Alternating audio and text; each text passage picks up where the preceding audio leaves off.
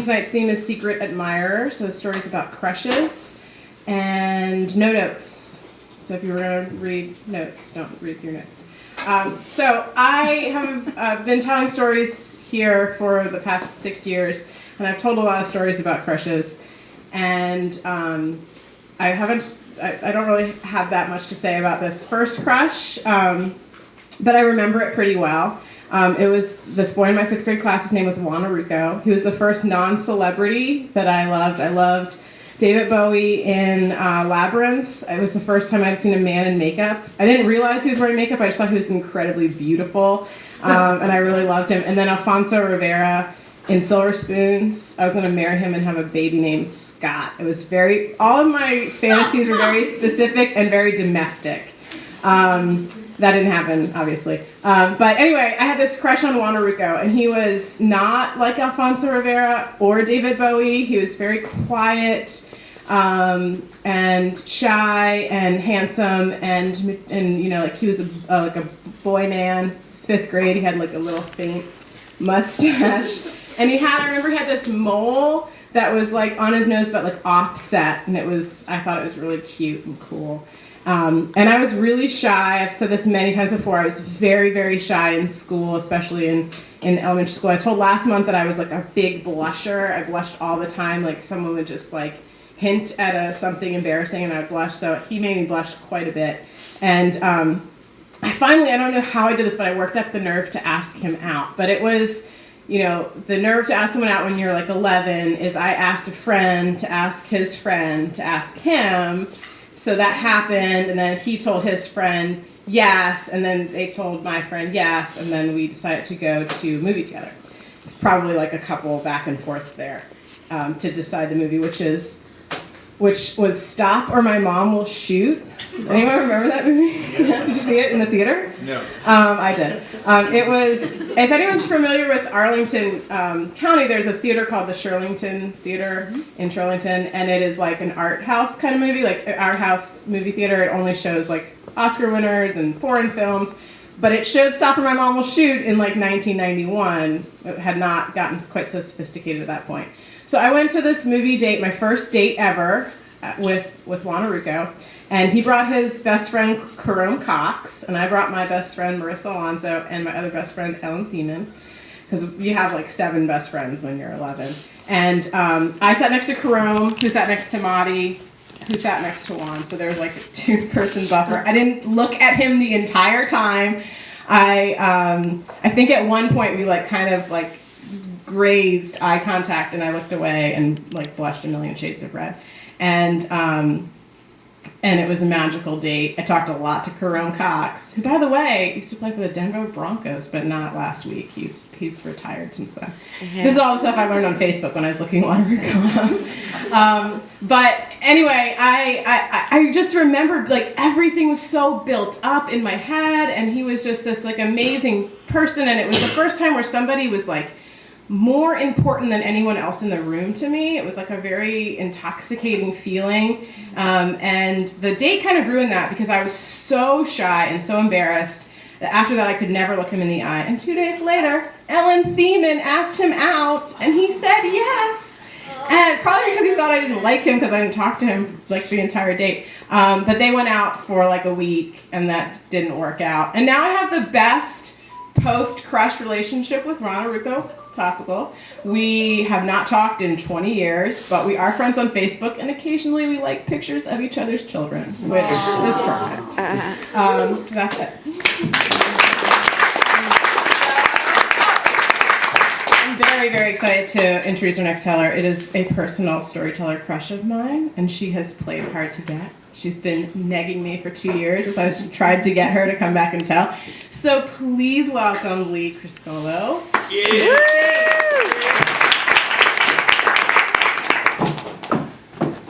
So I'm very nervous, which is perfect because it's a lot like being in a crush, and you know you have that terror running through you all the time. So I haven't had very many crushes, and please paddle me if you need to more, and you know. Not that way, but not that way. Years, Lee, so it's not any easier to have a crush when you're 50 than it is when you're 11. It's just as horrible. I haven't had very many crushes, but a few years ago, I was in, and I'm going to try and maintain this fellow's anonymity, so I'm going to make certain things vague. I was in a group. It was not a 12-step group. It was a group where we would have occasional, discussions, and we met every week and did certain things. And one day, somebody came to the door, and I opened the door and I said, "Entrez-vous?" And this guy came in and he said, "You said something to me in French." And he had this big smile on his face, and he was just so friendly and open and relaxed. I was like, I like this guy. So he started coming, and after the second or third time he was there, I realized that he knew someone in the group from another area, and so I asked that person if he was married or if he was gay, because I wanted to, know if there was any point in getting interested at all. He was not married, he was not gay. So, I just liked him, and he liked me, and we became friends, and I would often get to this group early because I would go there from work, and there'd be an hour or so to kill, and I was just learning to play the guitar. So I'd bring my guitar, and I'd have an hour to practice. And so sometimes people would come in as I was still practicing, and so it turned out this fellow also played guitar, and I was at the stage where I was just trying to learn to strum, strum, and sing simultaneously, and that was my big goal. And he could already do this. And he brought his guitar in, before the group one time, and we played guitars together and sang. I was like, oh, this is so great. And he taught me to do, the up strum, which was just, really big at the time. And he also, taught me the secret of, how to sing while you're playing, which was really obvious, but it hadn't occurred to me. And I'm not going to tell you what it is, because it's like a magician thing. You're not allowed to know. So he started coming in. He just was really easy to talk to. We'd have these great conversations. He had great eye contact, great warm smile, great hugger, just really nice. He asked me for my phone number, and just in a very casual way. And the thing with this guy was I was never sure, I knew we liked each other, I knew we were friends, but I was never sure if he was interested in me or not, because he would do a lot of things that might indicate he was interested in me. He'd touch me, he'd just touch my arm while we were talking, or, touch my shoulder or whatever, and we did things together, we went hiking together, and, we'd do some one-on-one things, and then he'd just call me to talk, and I'm asking my girlfriends, he did this, what does that mean? If he called you, men don't just call you unless they're interested. And I'm yeah, but he is in these 12-step groups, and, that's kind of the culture, they call each other, and I just couldn't figure it out, and it was starting to really get to me, because I was just liking him more and more. So I was on OkCupid at the time, and every once in a while I think, what if his profile comes up and we're a match? And, and so sometimes I'd see the pictures are really tiny, so I'd see something, is that him? And I'd click. So, but it wasn't. But then one day, there was a little tiny picture, and it didn't occur to me that it was him, and I clicked on it, and it was him. And I panicked. I completely panicked, because when someone looks at your profile, the other person can see that you've looked at their profile. And I thought, he's going to see that I looked at his profile, and he's going to think I'm interested and I'm stalking him. And I was just in this, because your thinking gets so distorted. You're not in reality anymore. So right? Your brain is just it goes crazy. It's all these things are significant, it's or is it significant? So I was in a complete panic. I was lying in bed sweating, my heart was pounding, and I was shaking. I'm what do I do? How do I tell him that I have to head him off. I have to tell him that I saw his profile before he sees that I saw his profile. I was just this is going crazy. So I carefully composed this email to appear very casual, of course, and told him that I'd seen his profile on OkCupid, which would have been the perfect time if he was interested to say, how much of a match were we and stuff. And he was oh, that's funny. So I was okay. So he was also getting into running, and I was a runner. I haven't run in the last year while I've been hiding out from Mara. But at that point, I had run 2 marathons and about a dozen half marathons, so I did a lot of running, and I wasn't fast. But he was just getting into running, and they were going to have the half marathon here in Fredericksburg, so I encouraged him to try it, and he signed up for it. And we both ran it, and he was way up there at the front of the pack, and I'm way back there. Never saw each other. But a few days later, I was looking at the race pictures, because you can go on, you can put in people's names, and I knew several people that were in the race. So I was just looking at my pictures and my friend Chris's pictures and this other friend's pictures, and looked at the dude's pictures, and like one of the pictures was like, my knees literally like, they buckled. Has anyone ever like actually done that over, raise your hand, if your knees have actually gone weak? Because I didn't think that was a real thing. I did not think it was a real thing, but I was at work at the time. I was looking at the pictures of work, and my knees collapsed. I had to like sit down at my desk. And at that point, I'm like, oh shit, this is bad. I'm in so much trouble here, because that has never happened to me before. And it was a great picture. It's like, his like arm muscles were showing. He's like this happy, healthy smile on his face. He's running, enjoying himself. Gorgeous picture. And actually, I looked at it a few days ago in preparation for this. I'm like, well, it's nice, but no biggie. But at the time, it just killed me. And so I was like freaked out. And so I was like starting to ask like my male friends, like, how do he did this and this, because my female friends kept telling me, oh yeah, he's interested. And I'm like, well, I'm not sure. So I was asking my male friends, like, is he interested? And they're like, well, you can do this and tell, and like have some cleavage, and if he's interested, he'll look, and then. So anyway, another thing and I was talking to my friend Amy, who's photographing tonight, and texting, and I said, should I put this part in or not? And she said no. And then she said yes, and she said no. So I'm going to put it in, but I'm going to let y'all like put your fingers in your ears if you want to. If you don't want to hear like about like menstrual stuff, this is the time to like leave the room. I'll stomp my foot when I'm done. You can come back in. So I'm 53 now. I was like 50-ish at the time, and I was in what they call perimenopause, which means you're not in menopause, but you're getting there, and your body goes totally haywire. Your body just completely betrays you, left and right. Everything is completely irregular. So I was going to go hiking with this fella, and there was like nothing that was going to keep me from going on any outing with this guy that I had arranged. And I had a menstrual period. And it lasted 21 days. Those of you who are young, you can look forward to this. When you get to be 49, 50, 21 days. And normally like a tampon will last, several hours, okay? I had to change it like every 15 minutes for 21 days. And I was still going to go hiking with this guy, because that's how bad this crush was. So we hiked Little Devil's Stairs in the dead of winter. I don't know if you all have been there. And so like I made sure he was up in front. So I'm behind him. I had like a stash of tampons in my backpack. And as I'm hiking, you may not even know this is possible, but I'm here to tell you, I'm changing my tampon as I'm hiking without breaking stride, put the old one in the backpack. I was gone for like 50 tampons. And he never knew. So, if you're hiking with a woman, guys, never look back. You don't know what's going on back there. So you can take your fingers out of your ears now.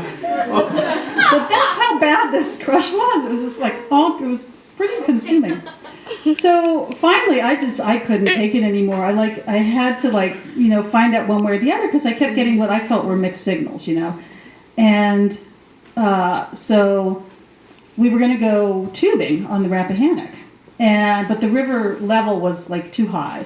And the previous summer, I had almost drowned by tubing when the river level was too high. I really came close to drowning. And so I'm like, okay, we can't do that. But he had a bicycle he wanted to go look at. So he's like, well, you want to come and look at this bicycle that I might want to buy? I'm like, sure. So he was going to come over to my house, and we were going to go from there to look at the bicycle. So I made lunch. I made tacos, very casual, no big deal. And made sure I had a little cleavage going on. And so we were like sitting down eating lunch before we were going to go look at the bike. And I just said, I figured, the open approach was the best. I said, I'm really nervous and I don't really know how to say this, but, I'm like interested, and like, are you interested? And he wasn't interested. It hadn't even occurred to him, which is why he was like so relaxed and comfortable and calling me and, going hiking with me and stuff. Because it's like, oh, it's my buddy. Turns out he still wanted to have children as well, which children. But we have a great post-crush relationship. And he actually, he got married not too long after that. He started dating a woman, and Oh, I forgot to tell you one thing. As we were hiking, we at one point we were just friends, but we were both dating someone else, and he was telling me as we were hiking a little bit about his sexual relationship with his girlfriend, and I'm thinking, this is kind of inappropriate. Like, why, this is not really something that you would be discussing, and would she really want you to be, but it sounds really pretty good, I was like, I kind of like that, but then I wouldn't want you to tell people, so it was a little odd.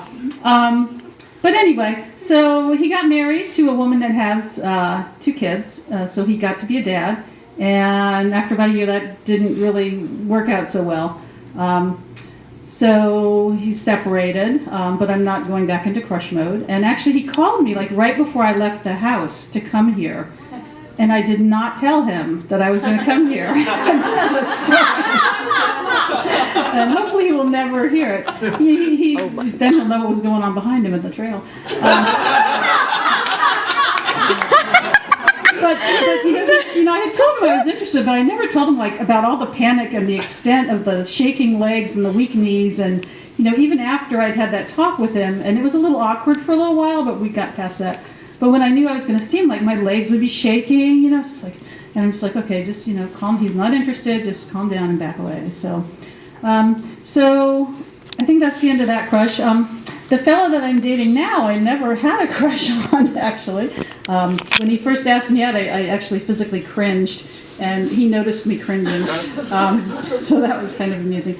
But he asked if he could, email me, and I said, okay. And so he was persistent, but in a nice, respectful way, not a creepy stalker way. So we've been seeing each other kind of off and on for a few years now. So we'll see how that goes. So thank you. Locales, but in Dale City where I live, they didn't have caller ID. And my wife would go shopping, and within 5 to 15 minutes after she'd leave, the phone would ring, and it was somebody that I thought maybe had a crush on me, okay? And I made a lot of assumptions there, all right? But basically, a lot of heavy breathing and stuff on the phone, like it was a crank call, And back then you could do crank calls and get away with it because they didn't have caller ID, all right? So I'm listening to this and I'm thinking, okay, this is weird, all right? And then pretty soon she's off the phone, and I'm assuming it's a she, too. So I make a lot of assumptions. Anyway, so this happens every few days, and I start to notice that it's only when my wife has left to go shopping that I get these calls. She's not here, right? So it's somebody that can see her leave from my front of my house, right? So my true detective mode goes into effect. I'm a little bit obsessive about figuring those things out. And so I stood out in my front yard where the car was, and I started looking around, making a note of all the houses that had windows facing my house that could see my house, and then thinking about everyone in my neighborhood that I had met and talked to. And I figured out also that because she never said anything on the phone, I assumed it was because if she did, I would probably recognize her voice. In other words, I may have talked to her at some point or another. So I made an Excel spreadsheet. I think it was Lois wanted to do it. So I was weighing the probabilities of, because I'm going to figure out who this is. I'm weighing the probabilities in weights, who this could be that is doing this, And she's calling, and I'm kind of taunting her on the phone a little bit, saying things I probably shouldn't be saying, And so I start to realize that sometimes people are not home. This lady across the street, she's like wacko, okay? And I saw her one time, she pulled in her driveway, and she pulled to the end of her driveway, and pulled in again, pulled to the end of the driveway, and I said, Lisa, come here, see this woman? She must be nuts. I mean, she's pulling in and out of her driveway, and she did that for over an hour. And I'm hoping, hell, it's not her, okay? Because I'm in big trouble if it's some wacko like that. And I'm thinking, there's quite a few wackos in my neighborhood, all right? And so I'm not ruling anybody out, and I'm just kind of going, okay.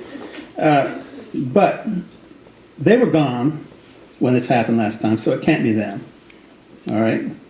And these people were gone, so I narrowed down the field from 30 to 10 possibilities, all right?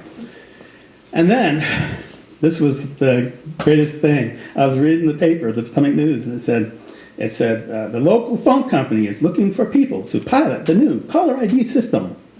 And you could call this number, and for $35, they'll send you this unit, okay? And I thought, that's the key to my success here, okay? I'll get this thing. I call them up. I said, send me one of these caller ID things. And when's it going to come? 7 days. I was like a little kid running out to the mailbox, checking every few days, hoping for this thing to come in. And it came in. I set it up on my phone. And I said, all right, Lisa, go to Giant, go shopping, you know.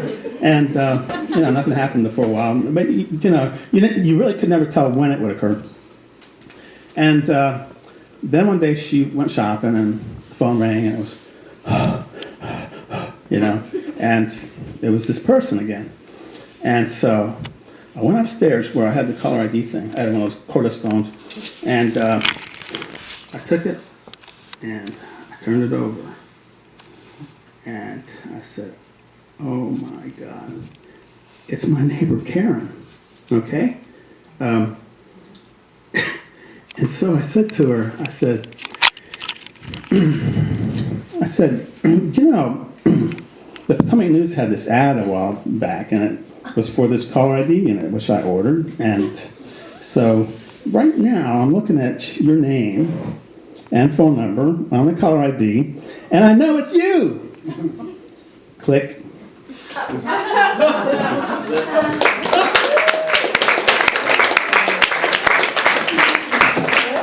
Was Karen the woman that pulled in and pulled out and pulled in and pulled out? No, it wasn't. Oh, okay.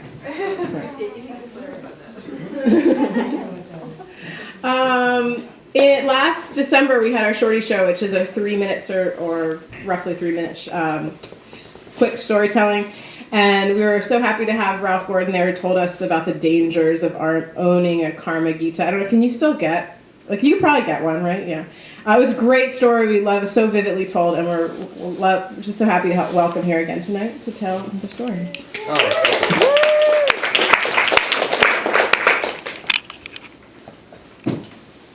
Steeped in some truth, a little bit of truth.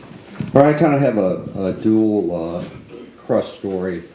But the first one starts with a babysitter, a babysitter crush story, and I was like 5.5, and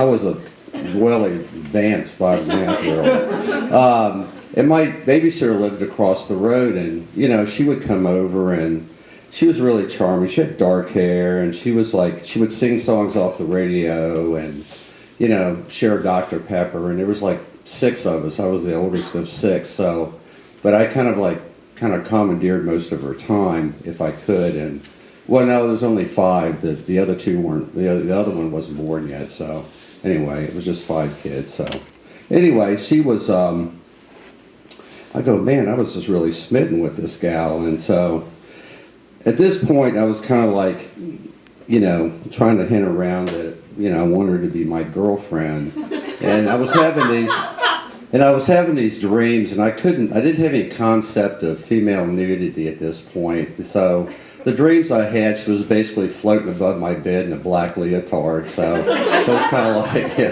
the blackout zone. It was good enough for me. I was 5.5, and so it was like, I go, yeah, this kind of works, And so, I kind of made some offers to, play house and stuff, And she says, well, no, And then said, well, how about doctor? How will that work for you? And she says, oh, my God, no, I'm much too old for you. I go, you're 10. I go, how much older is it? I'm 6 now, So it's like 4 years, And, I made her mad. I did a bunch of bad stuff that day. Not only just that, but I was like... So she tells me, she says, you were such a bad boy today. And she was walking away. She says, I'll tell you how bad you were. The devil's going to come and get you tonight. I go... Which was kind of a concept to me because I didn't even know what the devil looked like. We don't have any pictures at the house, So she says, well, red and horns. And I go, oh, great, I stayed up all night waiting for this guy. I'm going, because I was kind of bad, And So I kind of passed out when I saw Red coming through the door, and I was like, I woke up in the morning, I was still there. I'm going, yeah. So, you know, it was pretty much unbreakable after that, and I kept hammering on this girl, you know.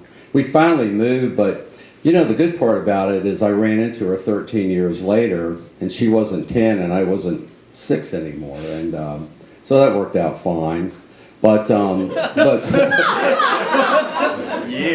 yeah, and so, but anyway, we moved, so that was a kind of a heartbreak. So I was sitting there, and this was like, you know, and I'm watching TV, I'm waiting for cartoons to come on, and this creature appears on the screen, and I'm going, oh my God, who is this lovely thing, you know? She had mouse ears on, you know, I'm going, what the hell is that? And it was like a net funicello, right? And I'm going, a lot of you probably don't know who she is. She was a mouseketeer, and it changed my whole concept of everything. I'm going, God, what a perfect woman, you know? And it changed my whole concept of looking at mice, too, you know? It was, like, it was never the same. And I was going, I didn't know I was watching these old reruns of the Mouseketeer Club, you know? It was like 1961 or 62, and you know, she was already in her teens, and it was some kind of blurb during the Cuban Bay crisis that she has a boyfriend now. I'm going, it showed this like 18-year-old, 19-year-old Annette Funicello. I'm going, what a two-timer this lady, you know? I'm going, not the cute little thing with mouse ears, but this full developed woman. I'm going, later on I appreciated that, but you know, I was more into the mouse ears. It was really kind of a big turn on for me. And, you know, I don't know what the hell they did on the Mouseketeer show. All I remember is because we love you. And she was saying it right to me. I know she was. And it was just really weird. And so later on, it was kind of like, you know, my birthday, which kind of happens to be every year. My sister sends me this thing, all these interesting things. And it so happens that Annette Funicello's birthday is the same day as mine. And I'm going, weird, you know. But anyway, so that's my story.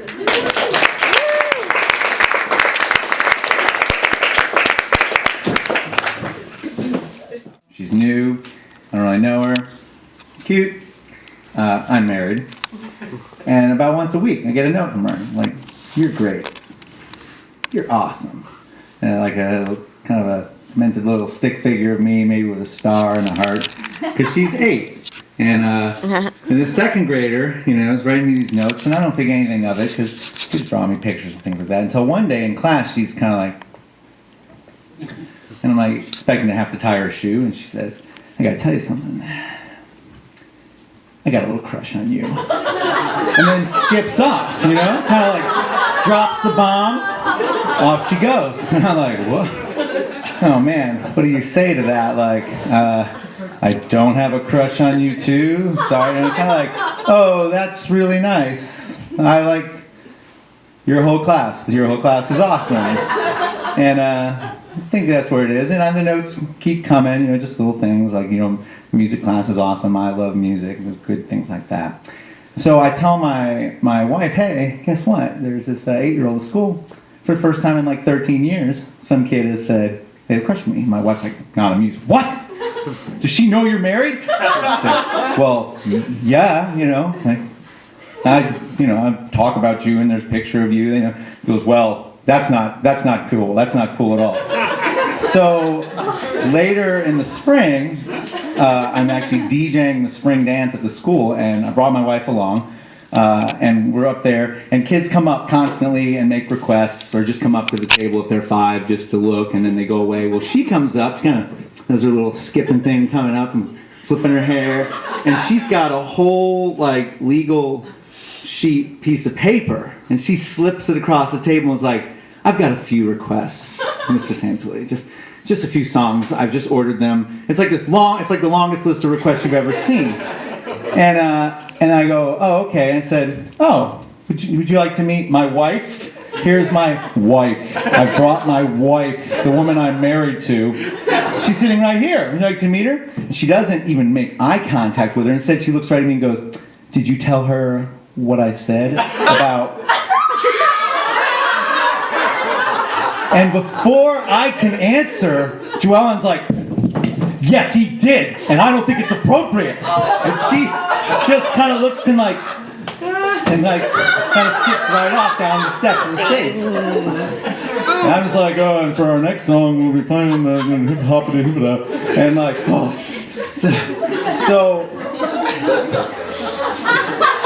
it ends well for my marriage. My marriage is intact because, thankfully, the beginning of this year, teaching class, now the third grader, and similar situation as last year. She's kind of like, and I kind of lean in, and she goes, so I've got a new, and it's Jay. And she points to this 8-year-old who, if any of you remember Ren and Stimpy, he looks like Stimpy. He's kind of like,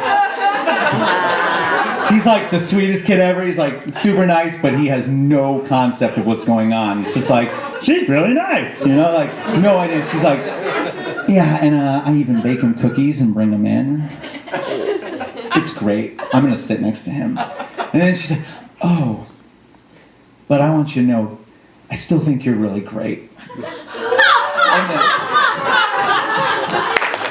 I'd like to record while I'm on stage because I feel better behind the camera. Okay, so yeah, I was just like thinking while everyone's telling their awesome stories and everything about like, what was my most interesting crush? I guess like it takes me back to when I was in kindergarten. I've already had a boyfriend by now, been around the town already, So this time around in kindergarten, I have 2 boyfriends. So yeah, player. And so I have 2 boyfriends, and one of them I really do like. He's way too cool for me. He's like the cutest kid in the school.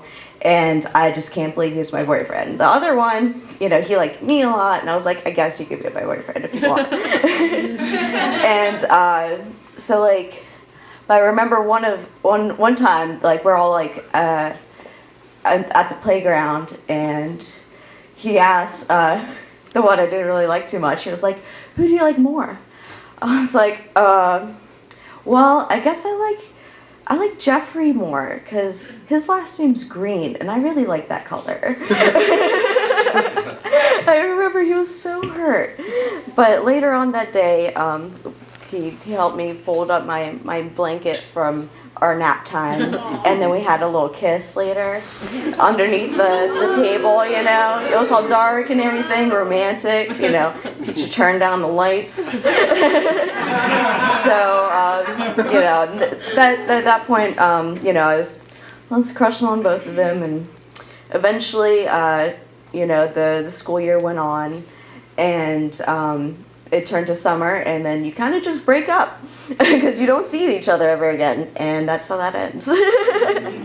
So, yep, that was my the crush I was thinking of, like, very, very cool experience as a kindergartner, dating 2 boyfriends, So, thank you.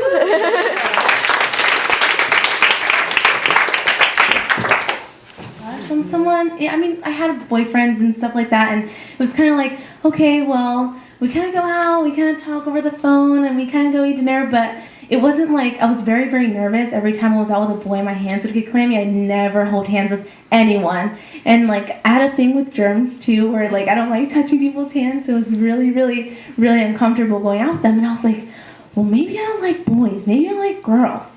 And then I was like, I asked my mom, I was like, Mom, what does this mean if I don't like holding hands with them? We kind of just talk. I've never kissed a boy before. And she's like, well, what do you feel when you're with them? And I was like, well, I don't know. Like, I just kind of, I just hang out with them.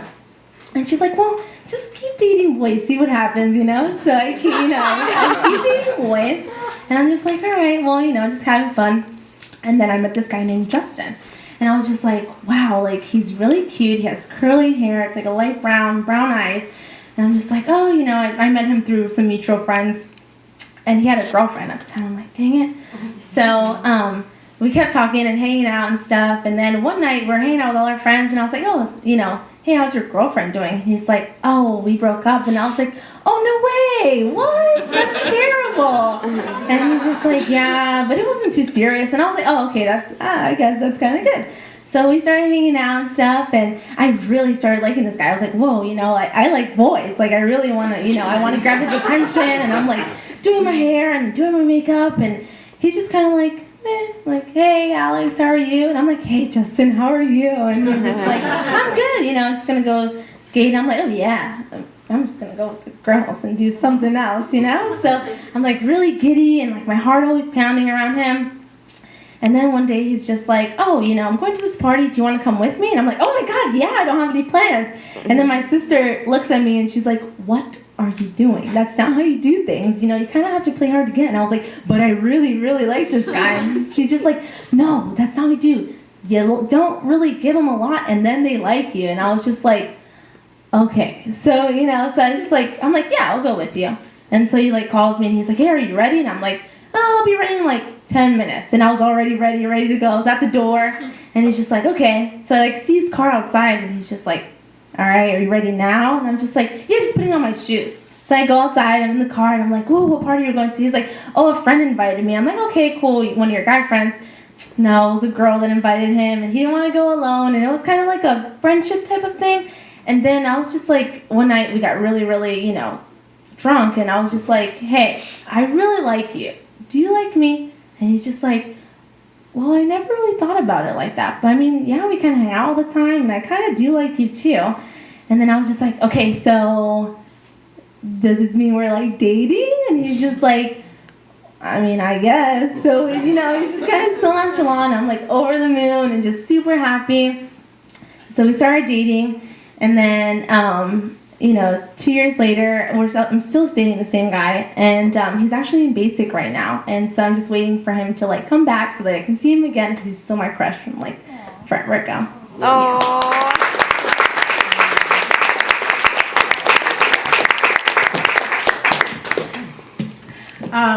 Well, thank you guys so much for coming. Next month, excuse me, is the 12th of March, and the show is Desperados, stories about, I can't remember all of the different things, but it's like last desperate moves, last resorts, that kind of stuff. So if you're interested in telling, or if you don't get our emails, we just send about one a month.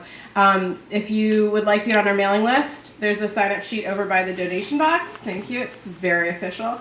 And if you do know that you want to tell at the Desperados show in March or the karaoke show in April, it's also the second Saturday. Please write that on there. And that's it. Right? If anyone wants to help us put chairs away, that'd be great.